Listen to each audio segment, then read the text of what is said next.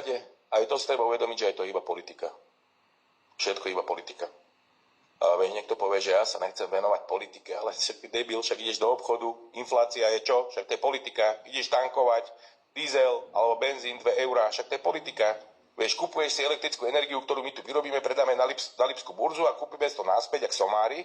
Však to je politika, všetko je politika, čo ty sa nechceš čomu venovať, aké politike? Vieš, odnesie kamarátka škôlkara syna má, došiel domov, on nebude jesť už nikdy meso, lebo zhorí planéta, zomre mama, aj otec, aj všetci zomrú, tak on odtedy neje meso, to je neviem koľko mesiacov. Vieš, Števko Havlík mi hovorí, že jeho známy, syn alebo dcera, neviem, prišli zo školy a že tam im púšťali, že je pôrod na ostro. Ale pointa bola, že rodil muž. Né! Jasné. Né!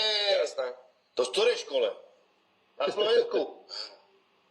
Počkaj, Miška Ganovská hovorí, že má známu, ktorá mala dceru, oni sú rozvedení, vieš, mala dceru a jej dcera prišla domov a hovorí, že rešpektuj môj priestor, ja som sa narodila v svojom tele, toto je môj priestor, mama, rešpektuj to, odteraz ma budeš volať, povedala nejaké mužské meno, ale ne slovenské, nejaké vymyslené mužské meno, odteraz ma budeš volať takto. Mama sa aj snažila vysvetliť, že nie, ty si proste dievča a máš svoje meno, ona sa zbalila a išla k otcovi. Vieš, a nakoniec to skončilo tak, že v tej škole nebola pochopená, tak ju museli zobrať, dali ju do nejakej súkromnej školy, kde sa vlastne združovali všetci títo nepochopení a museli oslovať chlapčenským menom. Ale pointa je to, že tam chodili, že potom sa na to prišlo, že tam chodili mimovládky a dávali im vizitky, že keby vás doma nepochopili, tu je horúca linka 24/7, zavolajte nám. No prosím. A teraz si uvedom, že keď toto pretlačajú tie mimovládky a autority vlastne, tak ty s tým nespravíš nič. Si predstav, že miluješ svoju dcéru a ona ti toto povie a ty sa jej budeš snažiť vysvetliť, že ona si podreže žily. Vieš, dajme tomu. Uteče z domu.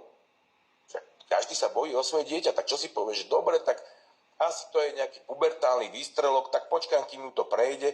No ne, neprejde, to bude horšie. Oni chcú spraviť to, že o 14 rokov sa bude môcť preoperovať bez toho, aby to rodičia dovolili. To by neprešlo asi na Slovensku. Ale ja stále rozmýšľam nad tým, že jak mohol To sme si hovorili o veľa veciach, že by to neprešlo.